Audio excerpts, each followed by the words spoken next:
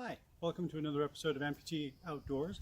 I'm your host Glenn, and today I'm going to show you some of the modifications I've made to my DIY hammock that a couple of people have asked about, like what's that there, or have you done this, or questions about have you ever tried something like this, or some details about hey, you got that strap, I've used that strap before, I didn't like it because of this, perhaps you've considered this. So these are some of the mods that I've done of my own thinking and from help from you, the audience, that have suggested things to me. So hold on for a second. I'm going to get the camera off the tripod and get in on details here and show you some of the things that I've done to the hammock.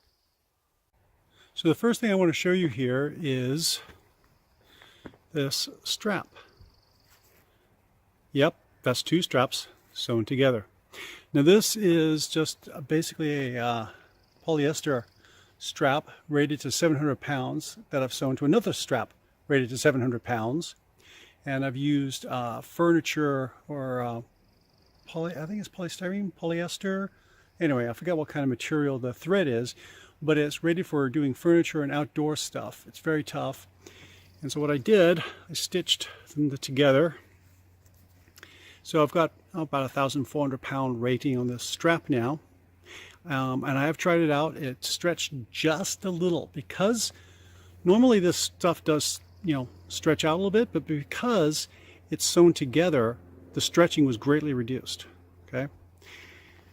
And all I've done here is very ugly stitching, and if my mother sees this, I do apologize.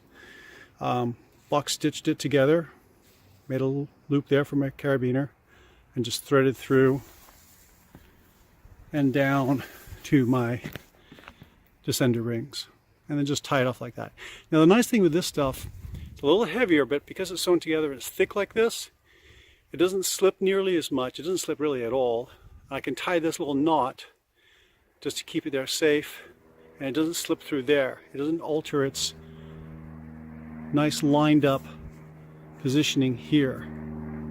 Sometimes when I've used other straps and I've tied this knot, it's pulled this part down or up, and then it slips out a little bit. Hasn't happened with this.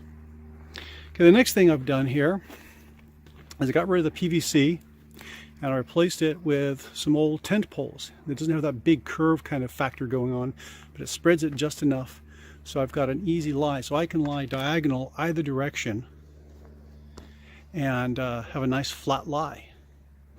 It also doesn't give me that shoulder squeeze, which I don't like so much in a hammock.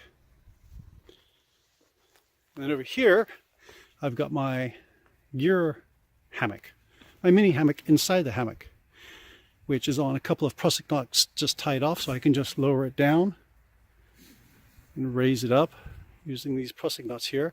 And of course, you probably notice as I lowered it down that one of the other things I've done is I've put a spirit level in here. See that? The little clip-on one.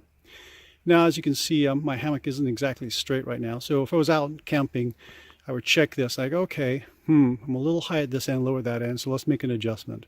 So that's what this is for. Makes it really easy when I'm out hiking, camping, to get a nice level lie.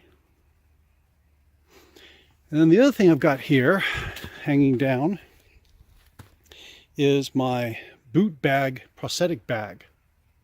Because I got a prosthetic leg. I don't want that on the ground and creepy crawlies getting in it, and I don't want creepy crawlies getting in my boots.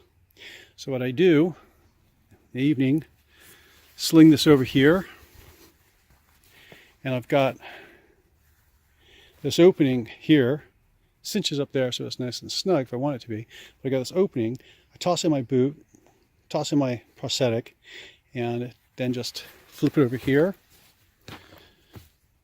push this down there, and it hangs there for the night up off the ground. That way my boots are safe and away from creepy crawlers, and my prosthetic isn't going to get anything in it and stays nice and clean and out of the way. Okay. All right, so those are some of the adaptations that I've done based on some of the feedback from you guys, which I always appreciate. And if you've got other ideas, I'd like to hear about them. Keep them coming in. Okay. All right, let me put this back up onto the tripod and we'll wrap this up. Okay. Well, thanks for joining me again on Amputee Outdoors and checking out my hammock setup. I have a hike coming up this weekend that I'm going to record, and I'll post that as well, so that'll be fun. Going to go up to a lake that is apparently the source of a local river around here, which I've never done before, so I'm looking forward to that. And later in August, I've got a camp out, 4 days I think I'm doing, and I'm going to bring this beauty along with me and see how well the stuff works outside of the backyard. I do test everything here in the backyard, spend the night in here sometimes just to make sure my ideas are good, because if they're not, I can just walk back into the house and crawl into bed. If you do your own DIY stuff or you're thinking about doing it, make sure you've got the situation set up so that you can test your stuff somewhere safe, so if it doesn't work out, you can go back into the house and get nice and warm and dry, and maybe next day fix whatever you didn't get right. Okay? So thank you again, everyone that sent me some ideas and suggestions. I'd like to hear more about them. If you've got any other questions or comments about the stuff that I've done here, let me know. And of course, hit that big old subscribe button down there. And once again, thank you for joining me on Amputee Outdoors. Hope to see you out on the trail, relaxing in a hammock.